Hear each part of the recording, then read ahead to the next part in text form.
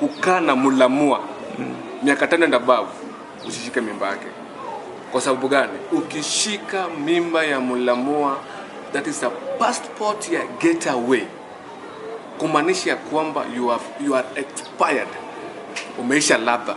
Utatupwa kando kama au wengine. Tukianza kuhesabu, Sony wakati alishika mimba tupwa nje. Hiyo ni takataka, kanyagwa nje.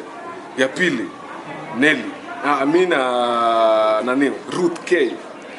Ruth K, the same thing. Pewa mimba, takataka, kanyagwa nje. So ukitaka kusurvive, just listen to my message. Usishike mimba ya mulamua. Na mimi kama Chi nataka kukuadvise.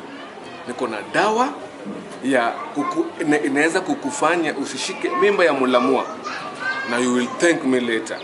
Na wengine wenye wametupwa kando tutakuwa tunakusanya. By the way, si tutakangi ma leftovers.